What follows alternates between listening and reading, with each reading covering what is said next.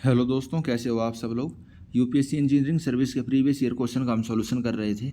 ESC 2019 के हमने 77 number question तक कर लिए थे। आज इस लेक्चर में उससे आगे क्वेश्चन देखते हैं। आज के लेक्चर का first question, consider the following data from a test on a Pelton wheel. Pelton wheel आपको टरबाइन दिया हुआ, कैसा होता है टरबाइन, कुछ इस टाइप का होता है, इस पर ये पंखड़ी टाइप से लगी होती हैं। यहाँ से कोई नोजल है भाई, आपका जो डैम से एक पाइप से आने लग रही होगी भाई, ये आपका डैम हो गया। डैम से पाइप है, यहाँ से स्पीड से पानी आके इससे टकराएगा, ये गोल गोल घूमेगा, इसको हम शाफ्ट बोलते हैं। तो हमारी क्या होगी, इलेक्ट्रिसिटी प्रोड्यूस होगी। तो हमें क्वेश्चन में क्या दिया हुआ है, head at the base of the nozzle. जो ये नोजल है जिस पाइप से पानी आने लग रहा है, वहाँ पे हेड कितना 32 मीटर का हेड हमारे पास अवेलेबल है। डिस्चार्ज कितना है 0.18 metre cube per second. Area of jet दे रखा है 7500 mm²। Power available at the shaft. इस शाफ्ट को कितनी पावर मिलने लग रही है, इस शाफ्ट को पावर मिलेगी 44 किलोवाट। मैकेनिकल एफिशिएंसी 94% है। Power loss in the nozzle, जो ये नोजल है, नोजल यानी कि जो पानी का पाइप है, उसके अंदर पावर लॉस कितनी हो रही है हमें वो बतानी है। जैसे आपका पाइप है, इस पाइप से पानी निकल के इससे टकराएगा, तो यहाँ तो 32 मीटर का वाटर का हेड है, और यहाँ पे जो इससे टकरा के जो इसमें निकलने लग रहा है, इसमें कितनी एनर्जी है, उसमें लॉस कितना आ रहा है, वो हमें बताना है। तो पहले हम निकाल लेते हैं जो हमारा नोजल है, यानी कि ये पाइप है, इस पाइप के ऊपर कितना एनर्जी अवेलेबल है। तो इस पॉइंट पे, यहाँ पे, ठीक है, इस पॉइंट पे अगर हम चेक करें इसके पास कितनी एनर्जी है, mgh। भाई इसके पास 32 मीटर हेड है ना, यहाँ पे head at the base of nozzle. अब ये इसको आप टोटल हेड मानो, यहाँ पे कितना हेड है, 32 मीटर का हेड है। तो पावर किसके बराबर होगी, mgh के बराबर। पावर किसके बराबर होगी, mgh। और मास किसके बराबर होता है, मास यानी कि इसके डेंसिटी इनटू डिस्चार्ज। डिस्चार्ज क्या होता है भाई, 1 सेकंड में कितना पानी निकलने लग रहा है, उसको आप डेंसिटी से मल्टीप्लाई कर दोगे, आपका मास आ जाएगा, वजन आ जाएगा पानी का। तो यहाँ पे कितनी पावर हमारे पास 56.51। अब यहाँ से निकलने के बाद इस वाले पॉइंट पे कितनी एनर्जी रहेगी, तो वो हम उसके निकाल लेंगे हाफ mv² काइनेटिक एनर्जी से। ये केवल पोटेंशियल एनर्जी नहीं है, ये टोटल ऐड आपको दिया हुआ है, ये पोटेंशियल काइनेटिक जो कुछ भी एनर्जी है वो तीनों मिला के है। लेकिन इस पाइप से निकलने के बाद इसके पास केवल कौन सी एनर्जी बचेगी भाई, जो काइनेटिक एनर्जी है। हम इसकी वेलोसिटी निकाल लेंगे, हमें डिस्चार्ज पता है, एरिया में दे रखा है।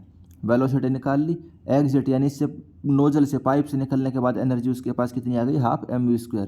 और मास किसके बराबर होता है, डेंसिटी इनटू डिस्चार्ज। ये आ गई 51, पाइप के अंदर थी 56, लॉस हमारा कितना होने लग रहा है 5 का, यानी 4.7 kilowatt. Next question, a certain hydroelectric power plant utilize the flow as it occur without any provision of storage. It is premise that define minimum dry weather flow is available, such a plant is classified as.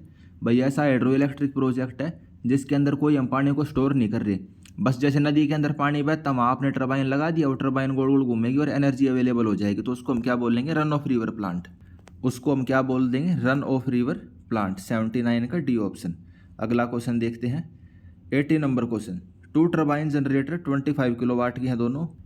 The load on the hydel plant varies from 15,000 kilowatt to 40,000 kilowatt. भाई 2 generator हैं turbine के, loan को 25,000 kilowatt की। Total capacity कितनी होगी, तो 25 गुणा में 2 50,000 किलोवाट।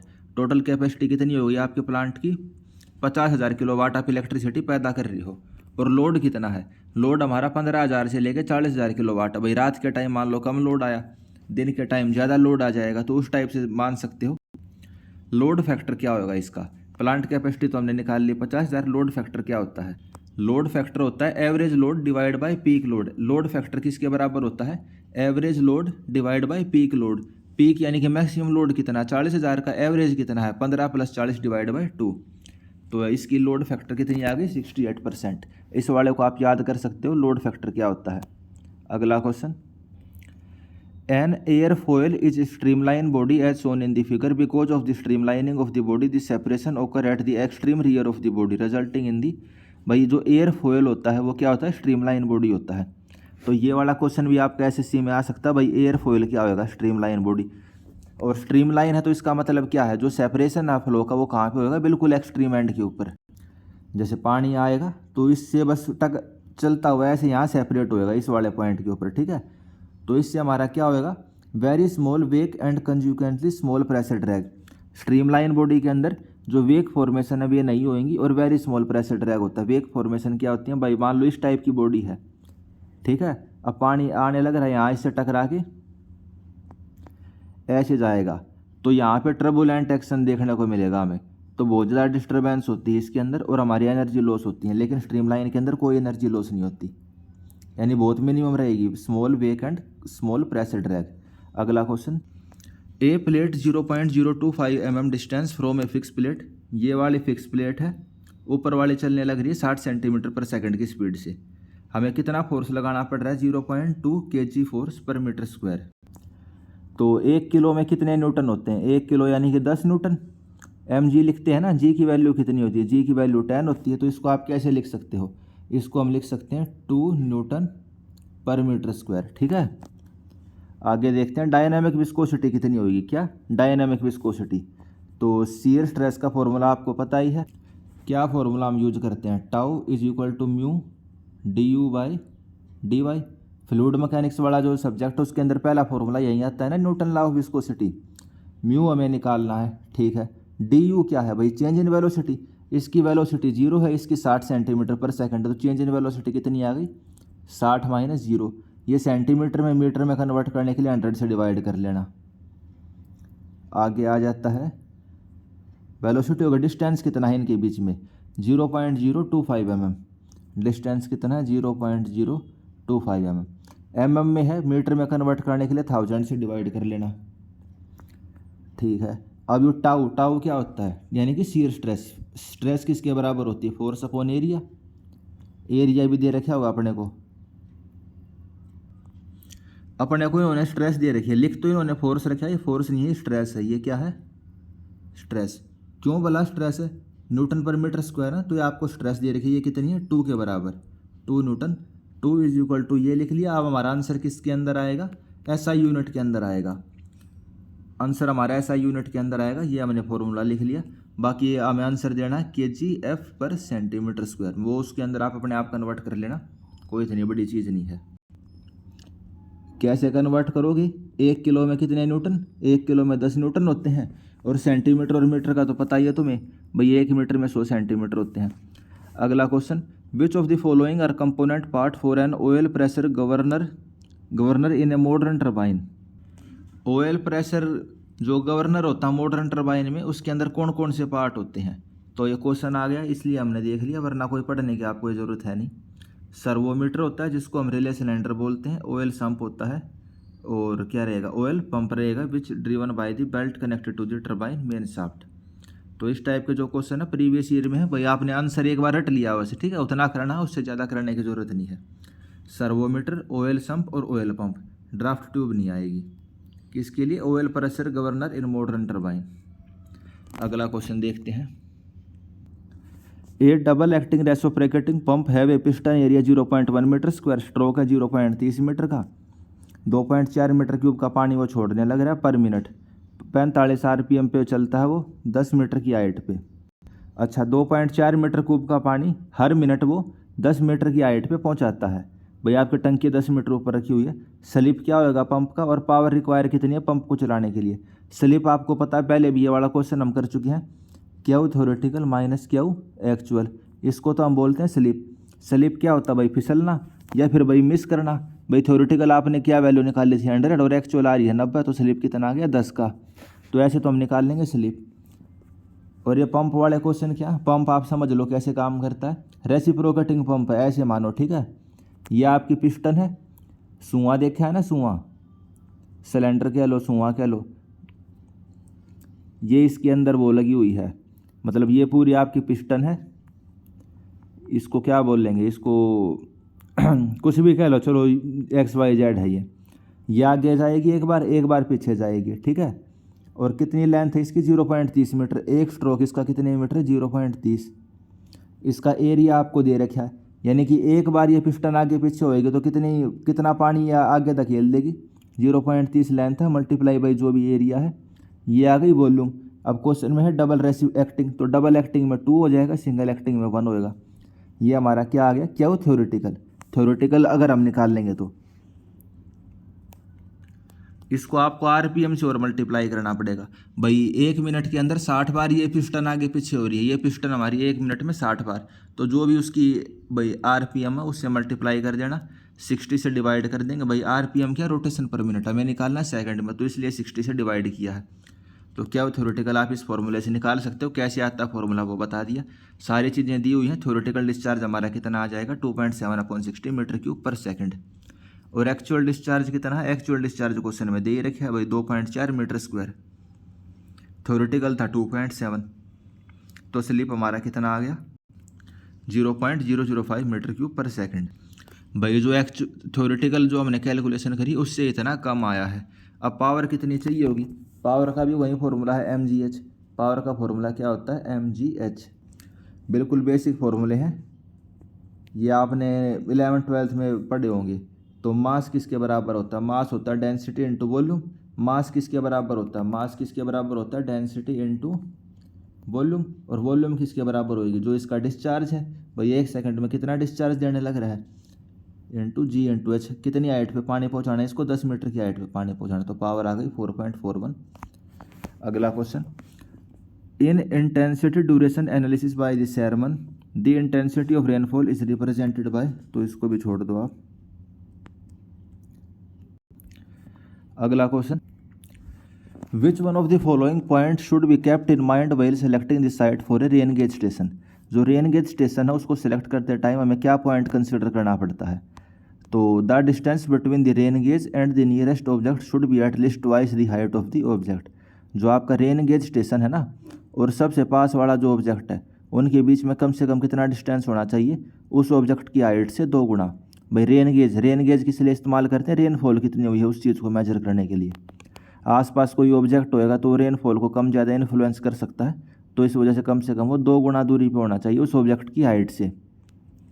भाई मान लो 10 मीटर की बिल्डिंग है तो हम स्टेशन कितनी दूर रखेंगे, 20 मीटर दूर रखेंगे। अगला question, which of the following statement relates to a retarding reservoir. ये रिटार्डिंग रिजर्वोयर क्या होता है, तो रिजर्वोयर 2 प्रकार के होते हैं। रिजर्वोयर का इस्तेमाल किस लिए होता है भाई, ताकि बाढ़ से हम प्रोटेक्ट कर सकें। और भाई जब सूखा पड़े, जो ज़्यादा गर्मी का मौसम या सर्दी का मौसम है, जब बारिश नहीं आने लगती तब हमें पानी मिल सके, तो इसलिए हम रिजर्वोयर बनाते हैं ना। तो रिजर्वोयर 2 टाइप के होते हैं, रिटार्डिंग और डिटेंशन। डिटेंशन में तो सिंपल है भाई, आप गेट वगैरह रखते हैं और भाई पूरा बड़ा रिजर्वोयर बनाते हैं प्रॉपर। और एक होता है रिटार्डिंग। रिटार्डिंग में क्या होता है, गेट नहीं होते। Retarding reservoir is the one in which spillway and outlet are not control by the gate और वॉल्व। तो रिटार्डिंग रिजर्वोयर में कोई भी हम गेट वगैरह यूज नहीं करते। They moderate the flood peak by passing the discharge downstream depending upon the reservoir elevation. जो फ्लड का पीक होता है उसको वो कम करने की कोशिश करते हैं, जो भी भाई रिजर्वोयर की एलिवेशन वगैरह जो भी उसकी सेटिंग वगैरह हमने कर रखी है। जो रिजर्वोयर होता है उसका काम क्या होता है मैंने आपको बता ही दिया। भैया अचानक से बहुत ज़्यादा बारिश आ जाए और शहर के अंदर बाढ़ आ जाएगी, तो इससे बढ़िया हम क्या करते हैं, रिजर्वोयर बनाते हैं। सारा पानी उस रिजर्वोयर के अंदर इकट्ठा हो जाएगा और धीरे धीरे करके हम उसको नीचे की तरफ छोड़ सकते हैं ताकि बाढ़ ना आए। इसके फ़ायदे यही हैं भाई, कोई गेट वगैरह नहीं होता इसके अंदर, तो ह्यूमन एरर की चांस कम हो जाते हैं। कॉस्ट जो होती है गेट बनाने की वो सेव हो जाती है। डिसएडवांटेज यही है, ऑटोमेटिक रेगुलेशन होता है, तो जो फ्लड का क्रस्ट होता है वो डाउन स्ट्रीम पे कहीं पे भी हो सकता है जहाँ पे 2 से ज़्यादा जो चैनल मीट करेंगे। और जो आइडियल लोकेशन होती है रिटार्डिंग रिजर्वोयर की, रिटार्डिंग रिजर्वोयर हमें कहाँ पे बनाना चाहिए, जो हमारा सिटी है, सिटी से जस्ट पहले हम रिजर्वोयर को बना देंगे ताकि फ्लड से वो बच सके। फ्लड क्रस्ट क्या होता है, फ्लड क्रस्ट यानी कि जो पीक हमारा डिस्चार्ज होता है उसको हम फ्लड क्रस्ट कहेंगे। तो ऑप्शन देख लेते हैं, there are no gate or outlet hence possibility of human error is eliminated, सही बात है। High cost of gate installation is save, ये भी सही बात है। ऑटोमेटिक रेगुलेशन में cause coincidence of flood crest further downstream where 2 or more channel taking off from the retarding reservoir join, तो ये भी सही बात है। भाई आपके रिजर्वोयर से जो चैनल निकलने लग रहा है वो 10 किलोमीटर बाद जाके 20 किलोमीटर बाद जाके किसी दूसरे चैनल के साथ मिलेगा, तो वहाँ पे तो बाढ़ आ ही सकती है। भाई तुमने शहर तो बचा लिया लेकिन नीचे की तरफ बाढ़ आ सकती है, वो चीज़ लिखी हुई थी। अगला question, the coefficient of transmissibility T for a confine aquifer can be determine the pumping out test and other relevant observation the applicable formula is. तो कोफिशिएंट ऑफ ट्रांसमिसिबिलिटी का फॉर्मूला आपसे पूछ जाए तो क्या फॉर्मूला होगा, क्या हो अपॉन 2.72 रूट एस। भाई क्या वो आपका डिस्चार्ज है, डेल्टा एस क्या है भाई, जो 2 कुएं आपने खोदे हैं उनके बीच का जो डिफरेंस है वाटर लेवल में, तो इस फॉर्मूले को आप देख सकते हो, क्या हुआ अपॉन 2.72 रूट एस। अगला question, volume of water below the minimum pool level in a reservoir is known as, जो रिजर्वोयर के अंदर मिनिमम पूल लेवल होता है उसके नीचे जो पानी होता है उसको हम क्या बोलेंगे, डेड स्टोरेज। ये वाला क्वेश्चन भी सेम एसएससी के अंदर रिपीट हुआ है। तो एसएससी के अंदर क्वेश्चन बहुत रिपीट होते हैं ईएससी के, तो बहुत इंपॉर्टेंट आपके लिए सॉल्यूशन। भैया आपका रिजर्वोयर दे रखा है, जो मिनिमम पूल लेवल है उससे नीचे वाले को हम क्या कहेंगे, डेड स्टोरेज। उसको हम यूज नहीं कर सकते, उस भाई वहाँ हमने कोई ड्रेन वगैरह प्रोवाइड नहीं कर रखा होता। यूजफुल स्टोरेज क्या होती है, मिनिमम लेवल से लेके सरचार्ज लेवल तक, और सरचार्ज लेवल से ऊपर क्या आएगा, मैक्सिमम पूल लेवल। वहाँ पे स्पिलवे के गेट खुल जाएंगे तब। अगला question, depending upon the source from which the water is drawn flow irrigation can be divided into. तो डिपेंड अपॉन सोर्स के हिसाब से फ्लो इरीगेशन को हम किस किस पार्ट में डिवाइड कर सकते हैं। रिवर कनाल इरीगेशन, भाई रिवर अगर सोर्स है तो रिवर कनाल इरीगेशन। रिजर्वोयर और टैंक इरीगेशन, अगर रिजर्वोयर हमारा सोर्स है पानी का तो रिजर्वोयर या tank irrigation. Combine storage and lift irrigation, अब ये तो मेथड ऑफ इरीगेशन हो गया, ठीक है। लिफ्ट इरीगेशन भाई मेथड है इसका, ये फ्लो इरीगेशन के पार्ट में नहीं आएगा, मतलब सोर्स का पार्ट नहीं आएगा। फिर आता है combine storage and diversion irrigation, तो ये वाला मेथड भी हमारा फ्लो इरीगेशन के अंदर ही आता है। थर्ड वाला क्यों नहीं आया, क्योंकि लिफ्ट इरीगेशन आ गया। फ्लो के अंदर क्या रहेगा, जो पानी है भाई हाई वाटर लेवल के ऊपर अवेलेबल रहेगा और ग्रेविटी के थ्रू वो पूरे खेत के अंदर हमारा फैल जाएगा, तो लिफ्ट वाला इसलिए नहीं हुआ। डाइवर्जन वाला और ये सब इसमें आ जाएंगे। रिवर हो गया, कनाल, रिजर्वोयर, कंबाइन, डाइवर्जन इरीगेशन, ये सभी इसी के एग्जाम्पल है। अगला क्वेश्चन, रूट जोन की डेप्थ दे रखी है 2 मीटर, एग्जिस्टिंग वाटर कंटेंट है 5%, ड्राई डेंसिटी 15, वाटर अप्लाई किया हमने 500 मीटर क्यूब, प्लॉट का एरिया कितना 1000 मीटर स्क्वायर, तो हमने कितना पानी दिया है उसको, डेप्थ ऑफ वाटर कितनी हो जाएगी, volume divide by area, volume है 500, एरिया है 1000, यानी कि 50 सेंटीमीटर हमने पानी दिया है। वाटर लॉस कितना हो गया 10%, 50 सेंटीमीटर हमने पानी दिया था, 10% लॉस हो गया, तो कितना पानी मिला खेत को, जो फसल वगैरह 45 सेंटीमीटर, ठीक है। तो फील्ड कैपेसिटी कितनी होगी इसकी, तो depth of water into the soil after removing 10% loss, कितना आ गया 0.45 मीटर। डेप्थ कैसे निकाल लेंगे, एरिया वो volume divide by area, volume divide by area से आपकी डेप्थ आ जाएगी। और डेप्थ ऑफ रूट जोन, जो फॉर्मूला होता है इरीगेशन में, काफ़ी फेमस फार्मूला है ये, depth is equal to dry density upon water की density multiply by D into field capacity minus existing moisture. Field capacity अपने को निकालनी है, बाकी सारी चीज़ें अपने को दे ही रखी हैं भाई। डी की वैल्यू क्या है 45 centimetre, depth of root zone कितनी है 2 metre, existing moisture 5%, field capacity आ जाएगी हमारी 19%। अगला क्वेश्चन, ये दूसरा तरीका दे दिया इसको सॉल्व करने का, बाकी ये जी तरीका वही है। सोडियम एब्जॉर्प्शन रेशो क्या होएगा, तो सोडियम एब्जॉर्प्शन रेशो का फॉर्मूला क्या होता है भाई, सोडियम आयन की concentration divide by root of calcium plus magnesium की कंसंट्रेशन डिवाइड बाय 2। ये वाला फॉर्मूला आपको पता होना चाहिए। सोडियम की कंसंट्रेशन कितनी है 24, कैल्शियम और मैग्नीशियम की कितनी है 3.6 + 2 डिवाइड बाय 2, तो आंसर आ जाएगा 14.35। क्वेश्चन आपको पता होना चाहिए।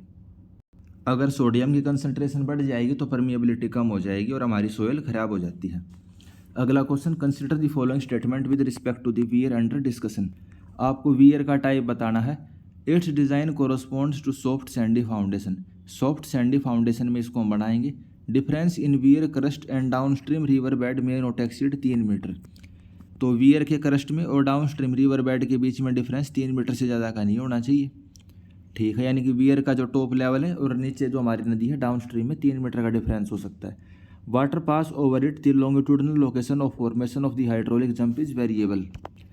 हाइड्रोलिक जंप कहाँ पे फॉर्म होएगा तो उसकी लोकेशन वेरिएबल है। तो ये हमारे कौन से टाइप के वियर के कैरेक्टरिस्टिक हैं, तो ये हमारे मैसनरी या कंक्रीट स्लोपिंग वियर की कैरेक्टरिस्टिक है। किसके, मैसनरी या कंक्रीट स्लोपिंग वियर के। इस टाइप का एक क्वेश्चन एसएससी के अंदर भी आया हुआ है, तो ये वाला क्वेश्चन इंपॉर्टेंट हो जाता है, तो इसको आप देख लेना भाई। सॉफ्ट सैंडी फाउंडेशन है, 3 मीटर से ज़्यादा का डिफरेंस नहीं होना चाहिए। जब पानी पास करेगा जो हाइड्रोलिक जंप की लोकेशन है वो वेरिएबल है, कहीं भी फॉर्म हो सकता है। तो मैसनरी या फिर कंक्रीट वियर की ये कैरेक्टरिस्टिक है। अगला question, consider the following data when designing an expansion transition for a canal by Mitra method. तो इस वाले को भी छोड़ दो आप, ये वाला हमारे सिलेबस में नहीं है। अगला क्वेश्चन, इस वाले क्वेश्चन को भी छोड़ दो, ये भी हमारे सिलेबस का पार्ट नहीं है। अगला क्वेश्चन देखते हैं। The purpose of constructing a groyne is to, groynes किसके अंदर आते हैं, तो रिवर ट्रेनिंग वर्क के अंदर आते हैं ग्रोइंस। तो train the flow along a certain course, जो ग्रोइंस होते हैं उसकी किस लिए यूज करते हैं भाई, फ्लो को हम सर्टेन डायरेक्शन में ट्रेन करने के लिए, यानी कि पास करवाने के लिए। Groynes are the structure constructed transverse to the river flow and extend from the bank into the river up to a limit. भाई जैसे आपकी ये नदी है, नदी के परपेंडिकुलर डायरेक्शन में या तो आप ऐसे बना दो या फिर ऐसे बना दो, तो इनको हम क्या बोलते हैं, ग्रोइंस बोलते हैं। तो इनके फंक्शन क्या होते हैं, train the river along the desire course to reduce the concentration of flow at a point of attack. भाई जो पानी का फ्लो है आप किसी पर्टिकुलर डायरेक्शन में करवा दोगे ताकि यहाँ पे जो पॉइंट ऑफ अटैक है, ये आपका जो बैंक है, ये सुरक्षित रह जाए। Creating a low flow for silting in the vicinity, यहाँ पे लो फ्लो का रीजन बनेगा। Protect the bank by keeping the flow away from it, इस बैंक से फ्लो को हमने दूर कर दिया तो इसको हमने प्रोटेक्ट कर दिया। ग्रोइंस के ये फंक्शन होते हैं, तो याद कर लेना। Which of the following compound of nitrogen when in excess amount in water contribute to the illness known as the infant methaemoglobinaemia. भाई ब्लू बेबी डिजीज जो होती है, जिसको हम मैथेमेगलोवेनिया भी बोलते हैं, वो किसकी वजह से होती है, नाइट्रेट की वजह से। D option nitrate. इसके अंदर क्या आता है, ATE। भाई इसको हम खा सकते हैं, तो इसी वजह से ब्लू बेबी डिजीज हो सकती है। ऐसे आप इसको याद कर सकते हो। इसकी कंसंट्रेशन हम कितनी लेते हैं, 45 मिलीग्राम पर लीटर, से ज़्यादा इसकी कंसंट्रेशन नहीं होनी चाहिए। अगला क्वेश्चन डैम के रिगार्डिंग क्वेश्चन है, तो ये वाला हमारे सिलेबस में नहीं है, इसको आप रहने दो। अगला क्वेश्चन, क्लोरीन यूज कर रहे हैं हम ट्रीटमेंट के लिए, 25,000 मीटर क्यूब का पानी है, 9 किलो पर डे के हिसाब से। भाई 25,000 मीटर क्यूब पानी में हमें कितनी क्लोरीन ली, 9 किलोग्राम। तो उसकी कंसंट्रेशन कितनी हो गई, कंसंट्रेशन हो गई 9 kg, यानी कि 9000 मिलीग्राम। अच्छा 9000 ग्राम। 1 किलो में कितने ग्राम होते हैं, 1000 ग्राम। और 1 ग्राम में कितने मिलीग्राम होते हैं, 1000 मिलीग्राम। तो ये तो हो गई हमारी क्लोरीन की कंसंट्रेशन 9 किलो। और पानी कितना, 25,000 metre cube. 25,000 metre cube. 1 metre cube में कितने लीटर होते हैं, 1 मीटर क्यूब में 1000 लीटर होते हैं। तो 3 0 से 3 0, इन 3 0 से 3 0, कंसंट्रेशन हमारी कितनी आ गई, 0.36 मिलीग्राम पर लीटर। 10 मिनट के बाद पानी में बची हुई कितनी मिली, 0.2। पानी में मिली हुई कितनी मिली, 0.2। तो यूज कितनी हो चुकी है, यूज हो चुकी है 0.16। यूज कितनी हो चुकी है, 0.16। तो वही हमसे पूछ जाए क्लोरीन डिमांड कितनी, 0.16। अगला question, demand of water is 150 litre per head per day, 1 lakh की पॉपुलेशन है। फैक्टर ऑफ सेफ्टी 1.5 है, डिटेंशन टाइम 4 आवर है।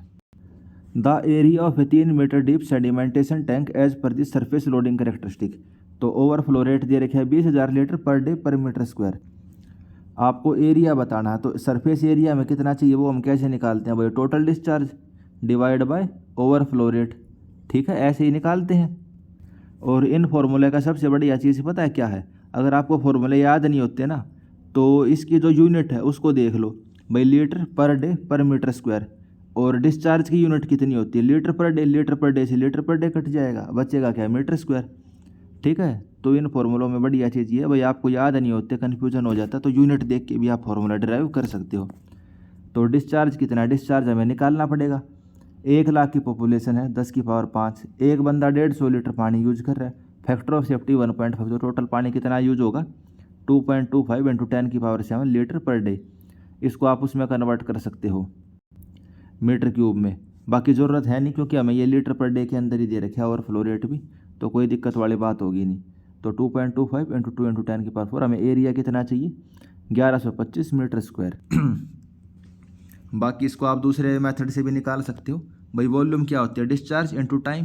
भाई 2.25 इंटू 10 की पावर 7 का भाई टोटल डिस्चार्ज है, 4 घंटे का टाइम है, तो 4 घंटे के अंदर कितनी वॉल्यूम आ जाएगी, 3.75 इंटू 10 की पावर 6। भैया 2.25 इंटू 10 की पावर 7 किस में, 24 घंटे के लिए है ना, तो 4 घंटे में इतना पानी आएगा, वॉल्यूम आ गई। सरफेस एरिया क्या होता है, volume divide by height, 1250 metre square. बाकी ये सरफेस एरिया और वॉल्यूम के हिसाब, डिटेंशन टाइम के हिसाब से हमें ओवरफ्लो रेट के हिसाब से 1125 निकालना है, तो वही हमारा आंसर होगा। अगला question, rain intensity over 54 hectare of land is 50 mm per hour, 30% area consist of roof. भाई 54 हेक्टेयर टोटल लैंड है, भाई 54 हेक्टेयर की लैंड है, 50 mm की बारिश हुई है, इसमें से 30% आपकी छत है जिसका रन ऑफ रेट है 0.9। इसका मतलब क्या है भाई जो बारिश हुई है उसमें से 90% आपका पानी बहने लग जाएगा। भाई छत है तो छत तो कंक्रीट की, थोड़ा बहुत पानी अपने अंदर सोख लेगी, बचा हुआ बहने लगेगा। फिर है ओपन फील्ड है, वहाँ पे रन ऑफ का रेट है 0.2। भाई खेत वगैरह है, ओपन फील्ड है, घास फूस होगी, पेड़ पौधे होंगे, वहाँ क्या भाई 10 लीटर की बारिश हुई तो 2 लीटर पानी बहेगा, 8 लीटर भाई पेड़ पौधे अपने अंदर ले गए, ज़मीन में चला जाएगा। तो रन ऑफ का रेट का ये मतलब होता है। रिमेनिंग हमारा रोड है जिसका रन ऑफ का रेट 0.4 है। भाई फ्लो कितना होएगा, तो फ्लो के लिए हम इसके उससे मल्टीप्लाई कर देते हैं।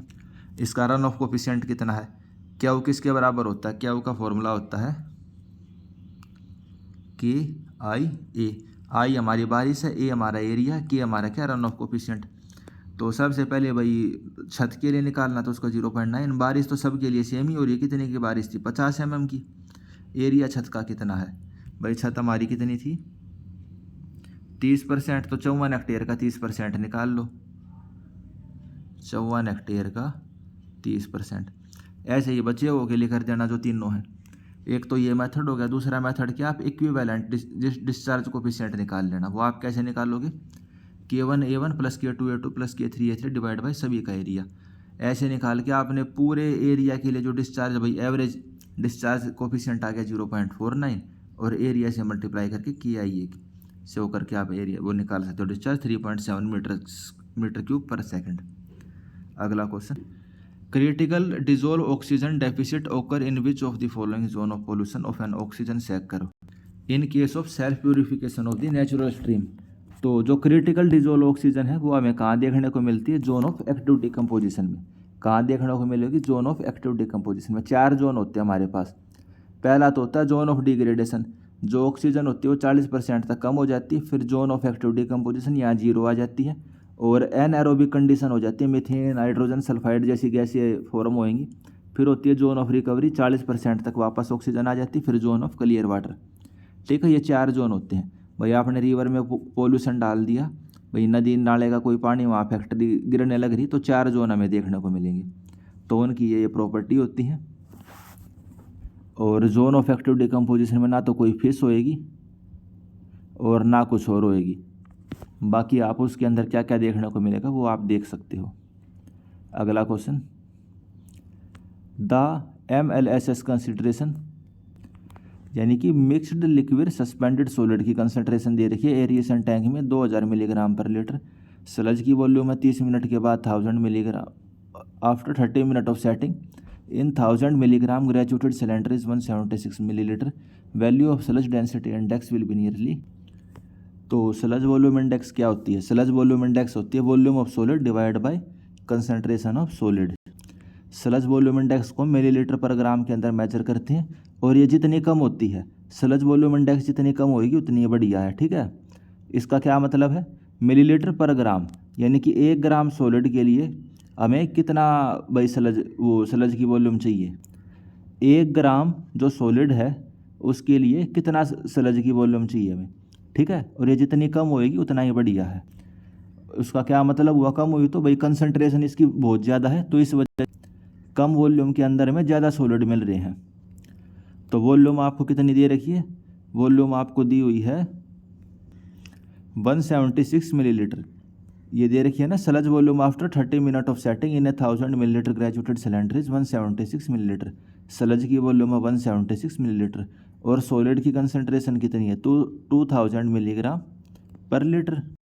तो स्लज वॉल्यूम इंडेक्स आपकी कितनी आ गई, 175 डिवाइड बाई 2000।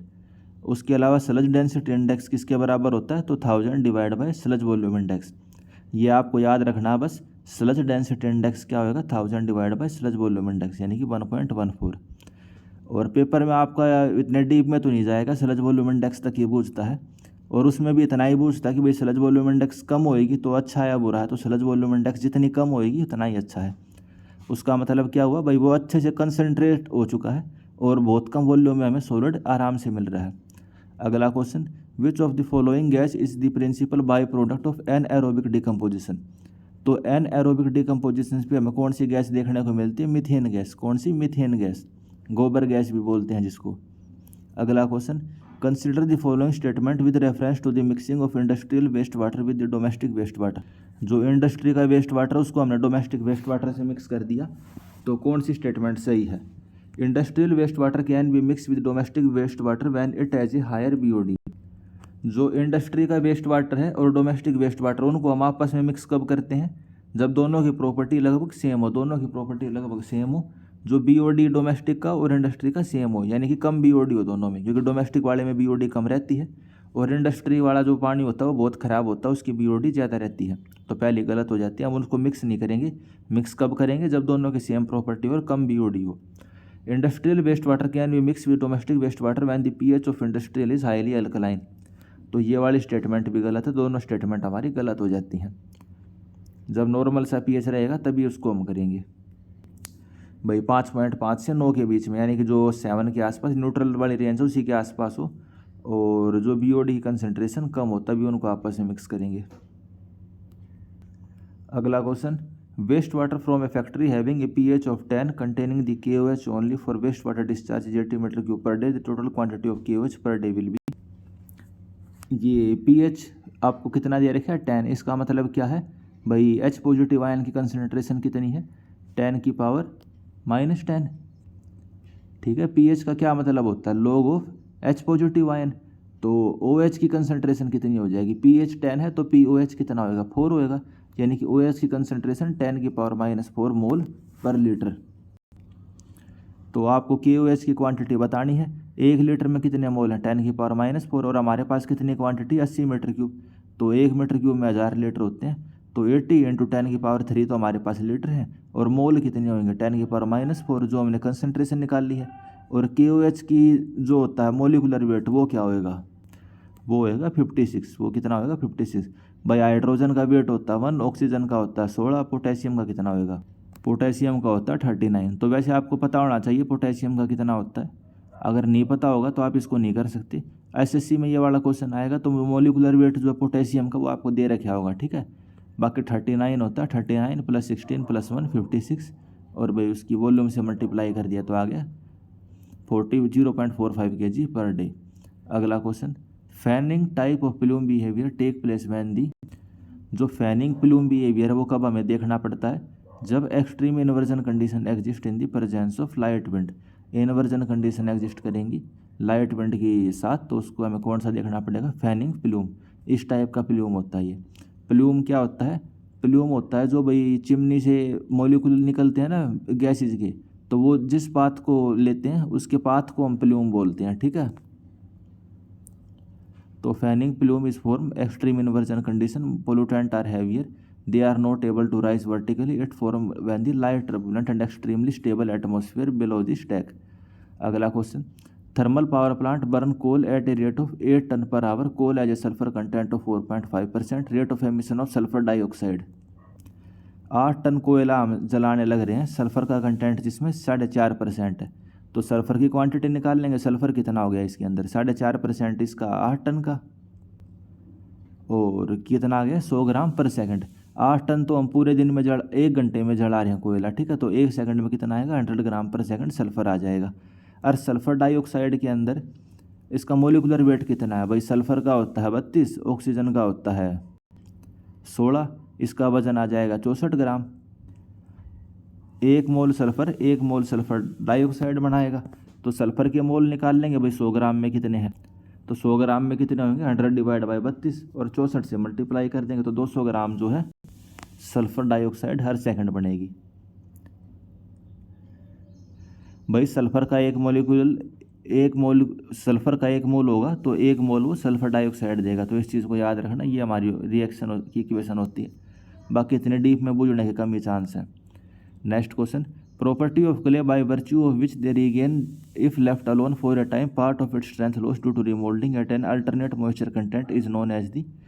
उसको हम किस नाम से जानते हैं? थिक्सोट्रोपी। जो क्ले होती हैं अपनी स्ट्रेंथ को रीगेन कर लेती हैं टाइम के साथ, उस प्रॉपर्टी को हम क्या बोलेंगे? थिक्सोट्रोपी। अगला क्वेश्चन, प्लास्टिक लिमिट दी हुई है, लिक्विड लिमिट दी हुई है, कितनी है? 30 और 42। Percentage volume change from liquid to dry state is 35% of the dry volume. Similarly, the percentage volume change from plastic to dry state is 22% of the dry volume. This shrinkage ratio will be, shrinkage ratio का क्या formula होता है? V1 - V2 divide by dry volume divide by W1 - W2। यही formula होता है ना shrinkage ratio का। अब आपको लिक्विड लिमिट, इसमें श्रिंकेज वाला फॉर्मूला देखो, आपको W1 माइनस W2 यानी कि वाटर कंटेंट चाहिए आपको। वाटर कंटेंट आपको कौन सा दे रखी है भाई, प्लास्टिक लिमिट दे रखी है 30, लिक्विड लिमिट दे रखी है 42। ये क्या होता है, वाटर कंटेंट को ही तो हम प्लास्टिक लिमिट और लिक्विड लिमिट बोलते हैं। तो हमें वॉल्यूम पता करनी पड़ेगी, प्लास्टिक लिमिट पे कितनी है और लिक्विड लिमिट पे कितनी है, ठीक है। वॉल्यूम चेंज लिक्विड से ड्राई स्टेट पे 35% और प्लास्टिक से ड्राई स्टेट पे 22%। तो वाटर कंटेंट हमें पता है लिक्विड पे, प्लास्टिक पे, लिक्विड लिमिट पे वॉल्यूम जो थी, और ड्राई वॉल्यूम में डिफरेंस कितना है 0.35 ऑफ ड्राई वॉल्यूम। और वैसे ही volume plastic minus volume dry कितनी 0.22। तो यहाँ से हमने निकाल लिया ड्राई वॉल्यूम, वो लिक्विड लिमिट पे वॉल्यूम कितनी होगी 1.35 of dry volume and plastic पे 1.22 ऑफ ड्राई वॉल्यूम। फॉर्मूले में पुट कर दोगे आपका आंसर आ जाएगा V1 minus V2 upon VD upon W1 minus W2। उसके अलावा इसका एक और फॉर्मूला होता है श्रिंकेज लिमिट का। वो फॉर्मूला क्या होता है, अच्छा श्रिंकेज रेशो का, वो फॉर्मूला होता है ड्राई डेंसिटी डिवाइड बाय वो डेंसिटी ऑफ वाटर। अगला क्वेश्चन। तो ठीक है दोस्तों, आज इस लेक्चर में इतने ही करते हैं। जो बचे हुए हमारे क्वेश्चन हैं उसको अगले लेक्चर में देखेंगे। Thank you friends.